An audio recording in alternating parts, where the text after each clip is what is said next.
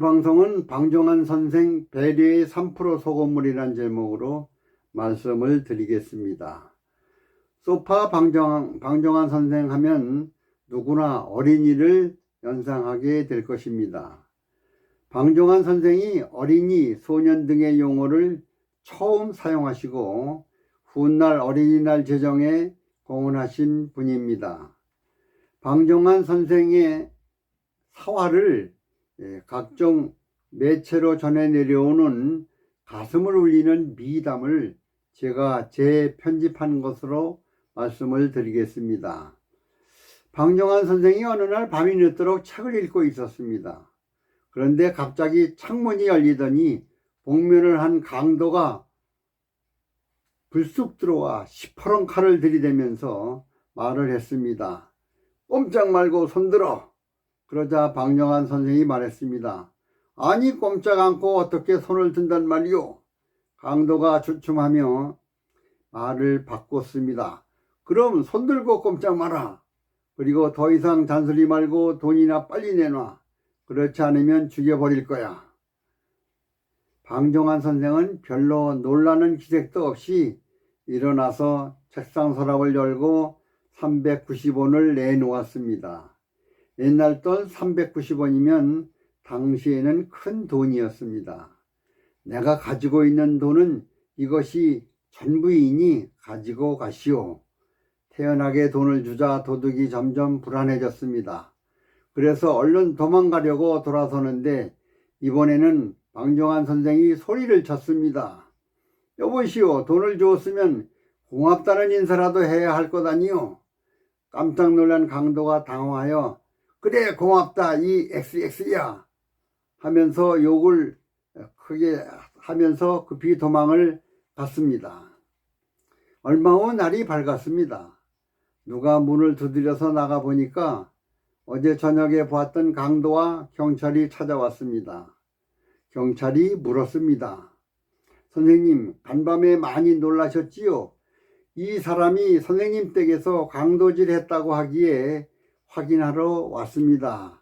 맞지요? 이때 방종환 선생이 차분히 말했습니다. 아, 이 사람 말이요? 어젯밤에 우리 집에 왔었지요. 그런데 돈이 필요하다고 하기에 사정이 딱해 보여서 내가 390원을 주었습니다. 그랬더니 고맙다고 인사까지 하고 갔는데요. 경찰이 이상한 눈으로 바라보면서 이 사람이 분명히 선생님 댁에서 돈을 훔쳤다고 자백을 했는데요 하며 눈치를 살폈습니다. 그래도 방종환 선생은 태연하게 말했습니다.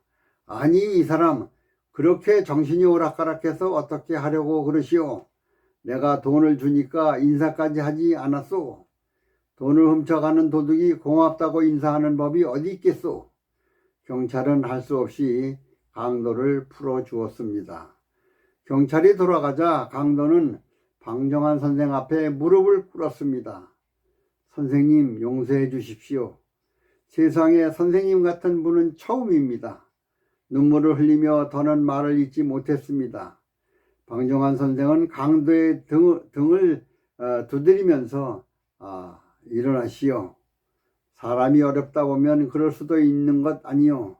다시는 이런 일을 하지 마시오 하고 타일렀습니다. 그러자 강도가 방종환 선생에게 간청을 했습니다. 선생님, 저에게 소원이 있습니다. 선생님 곁에서 평생 선생님을 섬기며 살게 해 주십시오. 하면서 진정으로 애원을 했습니다.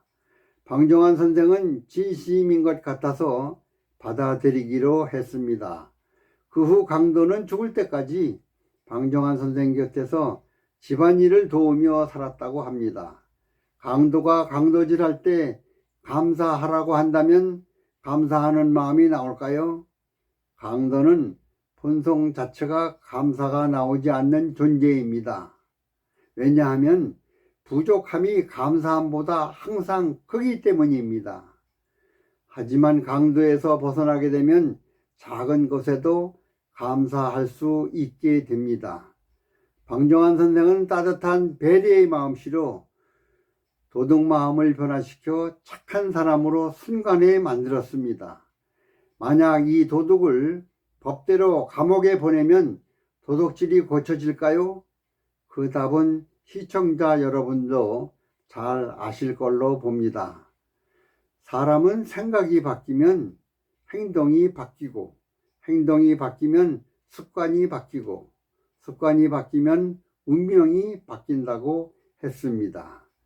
바닷물 3%의 소금물이 바닷물을 썩지 않게 하듯이 사람의 마음속 양심은 3%의 바닷물과 같다고 볼 수 있습니다.